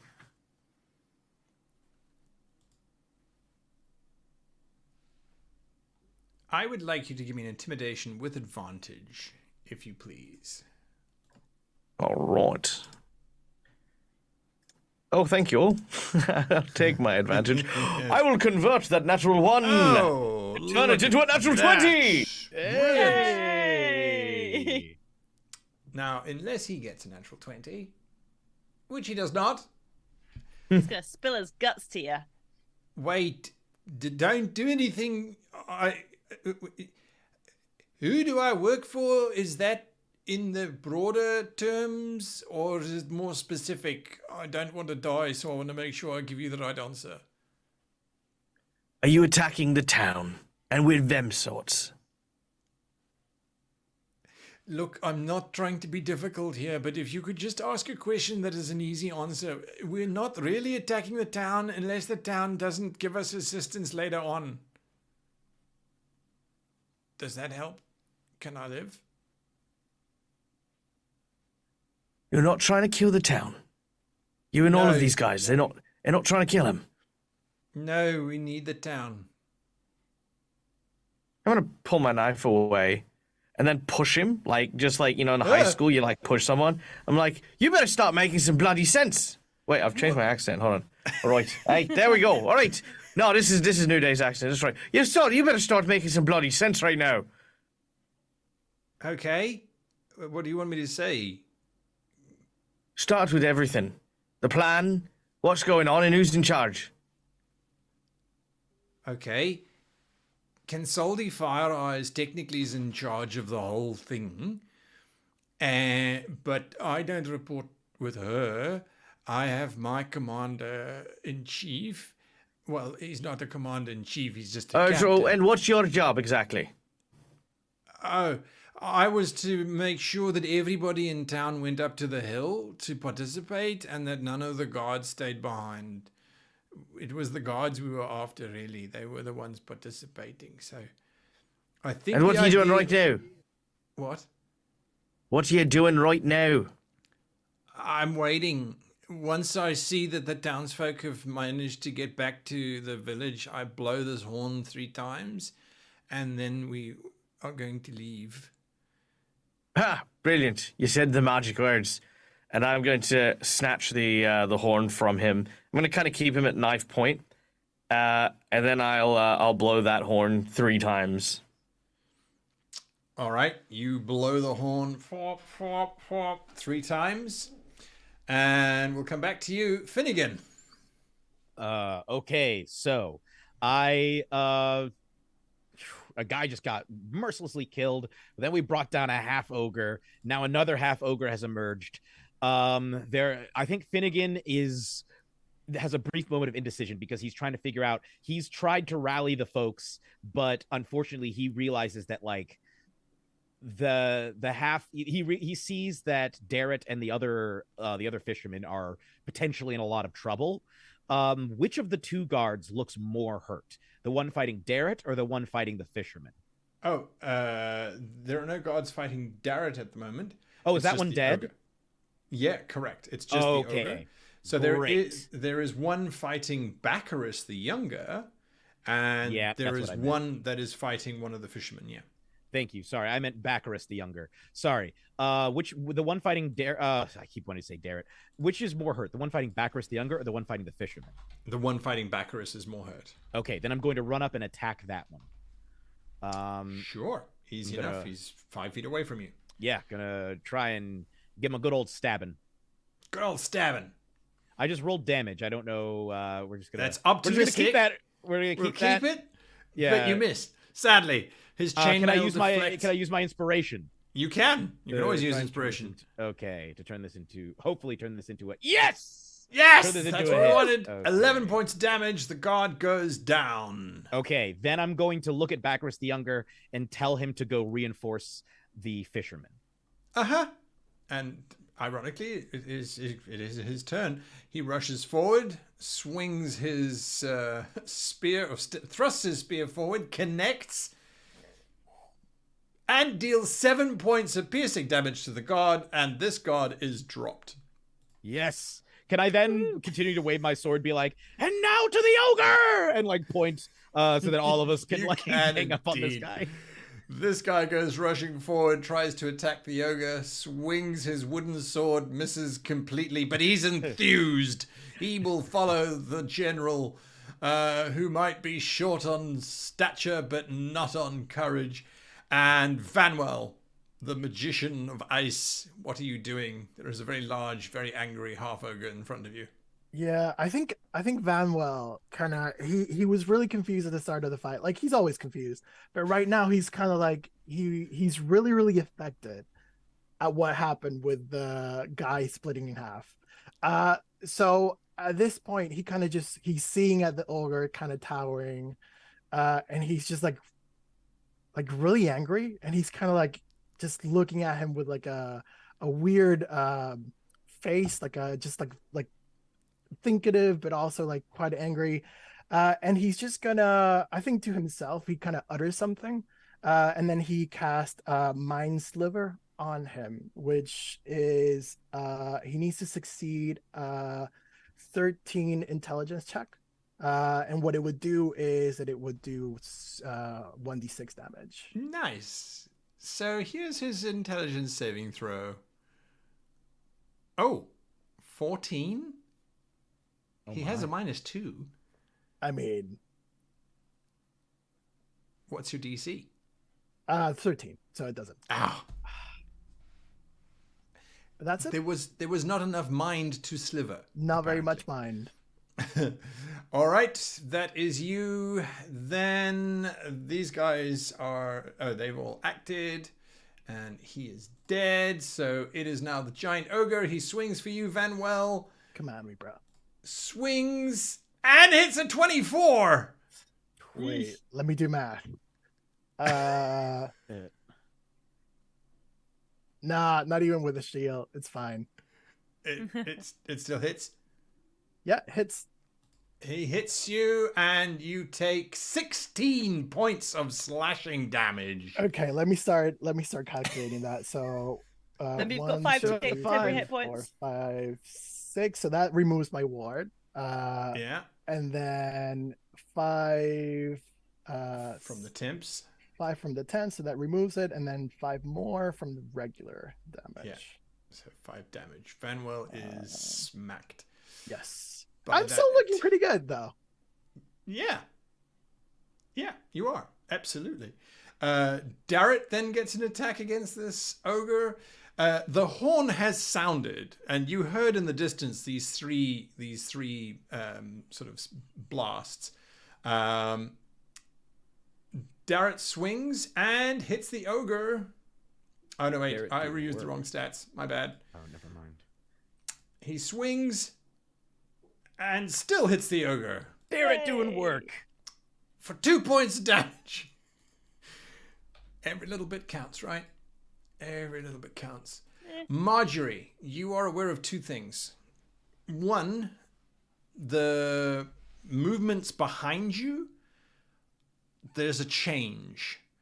The panicked people running and the sounds of people causing grievous bodily harm have now ceased. It's now just people running fervently towards the village of Vogler. And if you sort of casually look around, you'll see those mercenaries are now moving northwards through the forest. They don't seem interested in attacking anyone. Well, Finnigan, it appears that there is a time and a place for dramatics, but the battle tide seems to be turning. So if we can just get rid of this brute, then hopefully we can regroup and find out what the hell is going on. And then I'll blast the ogre. Make your attack.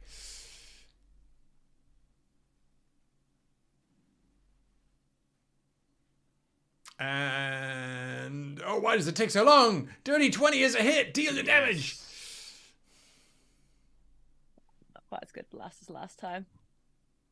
It's still a lot of Still pretty damage. good. Oh. You still got the hex. 9 damage. Yeah. Oh, it's on. That's really annoying because my D6 on my screen is on an edge, and it's got a 1 and a 4, It's like- and it's decided to make it a 1. That's really Like, annoying. denied.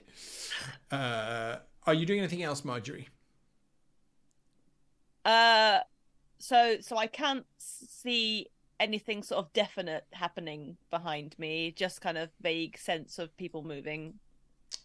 Doesn't sound like there's any combat happening behind you, though. No.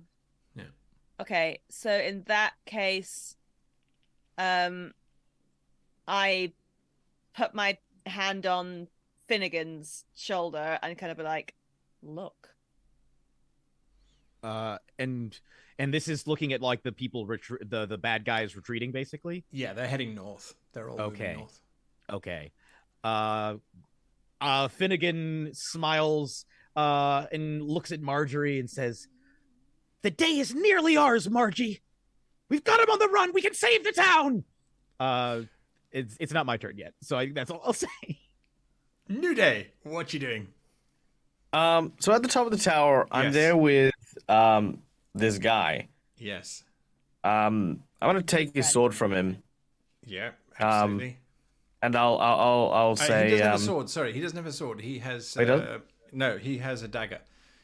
I'll take his dagger. And as I do, I'll kind of put mine away, and then just sort of. So what are you supposed to do now? You're supposed to like run off with him, are you? I think if what you asked me is what I think you asked me, then yes, I'm supposed to make my way out the tower and then just to head back to camp. Right. Well, I mean, pretty safe to say you're not going to do that. We're gonna sit down and have a lovely chat. Now, either we can do this, and I have to keep threatening you and potentially stab you, I probably choose throw the your easy dead. way. Brilliant. All right, take a seat and have a drink. I'm gonna pour myself a drink and pour him a drink, and I'm gonna poison him with Dream Lily, which is my, which is my happy juice. Makes him very pliable and have Yes. disadvantage on all rolls for an hour. Okay. He was already pretty pliable. He was pretty pliable already. Well, now he's eating. Yeah. Yeah, look, I'm not What taking would any you- chances. Yeah. But it'll change to an almost casual feel as this kind of tension leaves Nudeih as he sees like the army starting to leave as well. really, I mean, I'll leave this for us when we, like regroup and stuff like that. But basically, he wants to just get to the bottom of like they came to a town, they set up a plan. The thing that stood out was that they weren't trying to kill people. They needed the guards for something, and I want to kind of get to the bottom of what was that something, and why in all the nines didn't you just ask?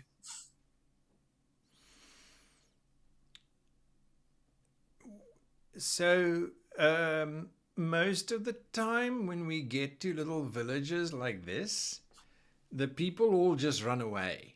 So we had to take out their militia, so there was no one to protect them. So tomorrow morning when the herald arrives and tells everyone to surrender, they're more likely to do that than they are to flee. Because it's easier that way. Right, so what you're telling me is that there's a bigger army that's somewhere else that the Herald will come in and try and pick off the people that, can't resist. I'll come back to you for that answer. Finnigan. I'm gonna... How is this half ogre looking? He's looking wounded. Okay. He's bleeding.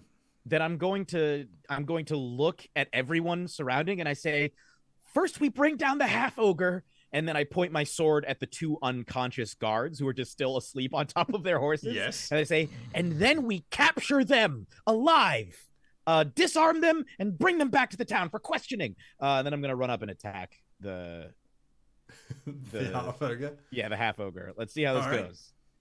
Come on, baby. You can do it. You can do it. You were motivating and inspiring people Yeah. at the time. Yeah, we're gonna stick with that one. We're gonna stick with that one. All right, the townsfolk run up to. Oh no, he's dead. Baccarus comes running up as well. So 2 townsfolk. I'm just gonna roll for them very quickly, and that's the first one who swings and attacks and misses the ogre. No, wait, what am I saying, Mrs. the ogre? He hits the ogre. I was going to say, I got it on a 15. Yes, that's what I'm saying. On a You're 15, special. like he doesn't miss. So he deals 2 damage to the ogre with his wooden sword. Special. Then Baccarus comes rushing up with his spear, just mobbing this poor ogre, but not getting any connection there. And I think it's then Vannwel. So I don't think Vannwel will survive another hit of that axe. Probably not. So I think Bad he's idea. gonna try and disengage. So he's gonna probably just move backwards and probably close to Marjorie. All right. See what's gonna happen with the So situation. you just take the full disengage. Full disengage, just backwards. I just don't want to be close to the Do dude. not want to be hurt anymore. No. As you are backing away, Darrett steps into the gap. Don't worry, sir. I've got you. And he comes in. He swipes at the ogre. Come on, Hits. Darrett. Oh my God, Darrett. Yeah. And does a whole 4 points damage to the ogre. The ogre is bellowing insults at you. Does anyone speak ogre? Or giant, I should say. Does anyone speak giant? No. No. Well, you don't need to. He is swearing and cursing like a demon. He swings. Now he cannot swing at Vannwel because Vannwel moved out of the way just in time. He swings at young Darrett Darrett, no. and connects with the poor squire Derek, yes. and does not deal too much damage to Darrett because of Marjorie. Marjorie, you gave Darrett the bonus hit points, right?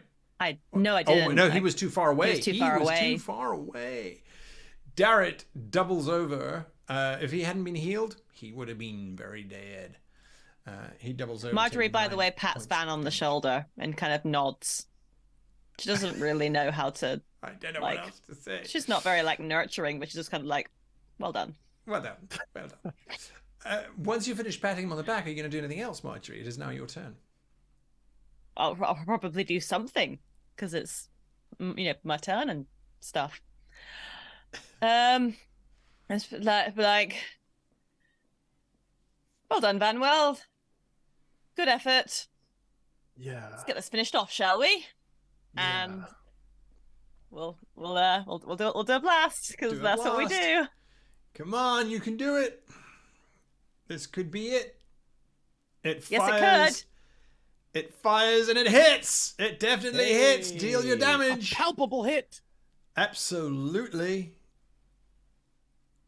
And with that, you only need to do 2 on the hex. Oh, it's a 1! It's a 1! You have got to be Oh, Marjorie. The damage is there, but Jeremy cursed you earlier, and you just cast me. You only have to do 2 on the hex. Nudeih having his little conversation with his Bloody drugged up... fisherman's gonna kill that ogre. You know what? Good. Maybe. Boost morale. What was your last question, Nudeih? Oh, why in the nines? Did having you just asked, followed by, is there going to be someone showing up tomorrow with a bigger army to pick off to collect the people who didn't or who survived today? Not really. I mean, there's a much bigger army. It's about 50 miles to the north. I mean, we're talking thousands here. It's the invasion army. So what's just up the road is about 500 of us. And, so our job really was just to beat up the locals and get the village to be compliant, because the village is quite good at fishing, hey? So that fish is going to feed the army when they eventually get here. Right. They're all going to be eating octopus for ages. All right, fair enough. And what did you say your commanding officer, the big head honcho there? What was her name again? Oh, her name is Kansoldi Fire Eyes. I've never seen them, but apparently they're like fire and eyes. Can you spell that? Can you spell Kansaldi? Kansaldi. Hey. Now do it while you're standing on one foot and touch your nose while you're doing it as well. At disadvantage. Yes. Wait, who's in charge of this game here? All right. Yep, that's the information I needed. Finnigan, you're up. All right, I'm attacking this ogre. You're gonna try and bring it down, Absolutely. or this half ogre, more This accurately. half ogre. Absolutely. You All you stab gotta do at is hit the... Finnigan. Oh, you just miss. Is there nothing? There's Really nothing annoying. there. That's so close. You strike at him, but he's wearing that breastplate of crude black metal, and your blade fails to connect. Although perhaps prophetically, I'm not sure. It is now young Darrett who gets to swing his blade. He at can this- have it. If Baccarus killed him, I'm really livid.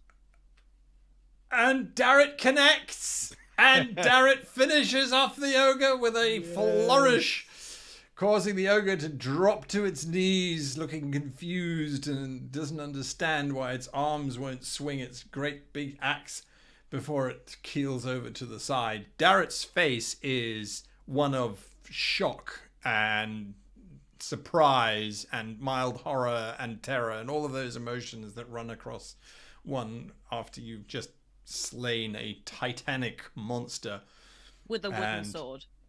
Yes, effectively with a wooden sword. Okay. So he has dropped this half ogre. Vannwel, any last actions from you? So just quickly thinking, because you did describe this dude quite different from the other ones. Though, is Correct. this a general or someone higher ranked than the others? Difficult to tell, but certainly the primary difference is that they're not dressed in Istari reenactment colors. So they look as if they were not initially part of this plan, and they were emboldened once the plan had initiated to then step forward into the light. Right. A difference from the ones that are kind of sleeping, which were part of the reenactment. And Correct. that's They're what- wearing Astari uniforms. They look as if they were meant to be there. I wonder if we're gonna get better information if we had kept this guy alive. Is there a way? Is he completely dead, or can we kind of stabilize him? You could use a medicine check to stabilize him, or a healing spell if you really wanted to. I feel that this is something that might be useful, so I think Van is just gonna rush, and he is gonna spare the dying before he dies. He's still unconscious. You cast Spare the Dying on this large half ogre. And then I think he kind of turns back to the guys and is like, does someone have rope? I feel that this is someone that we need to talk to more. Let's tie them all, because we got the 3. We got this one and 2 others. So can we set about just, I guess, immediately grabbing all 3 of them and tying them up and bringing them back to the village? Yeah. You I can have indeed. no rope. I do. That's good. I have no rope. I also don't know how to make knots, so if someone can help. I've got all kinds of useless stuff like soap, perfume. I mean, there's fishermen sealing here, right? wax. Oh, we can help you tie knots, sir. We can truss Oh, this yeah. thing up so it won't ever move again. Excellent. Don't you worry. Make sure that it doesn't. So, right. Sorry.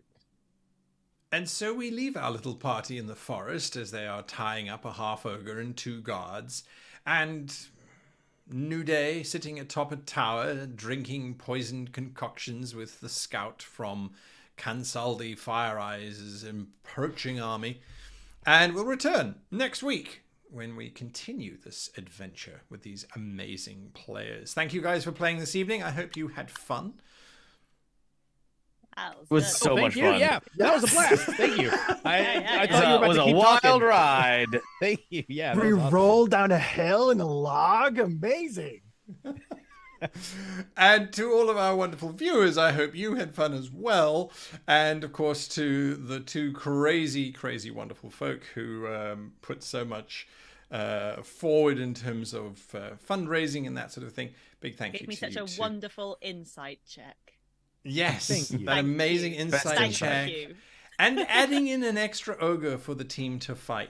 I do have to say, I was nervous with that second ogre, not so much because of the extra hit points the team needed to deal, but because of the damage that these half ogres deal. 16 points to Vannwel. If you hadn't had all of your stuff stacked, yeah, absolutely. We'll be back same time next week, so catch us then. Otherwise, you can find us all on our socials. Thank you massively to Laura Bones, who's our moderator for this evening, and for posting up those links. Big thank you to her. Until next week, thanks everybody. Goodbye. Bye.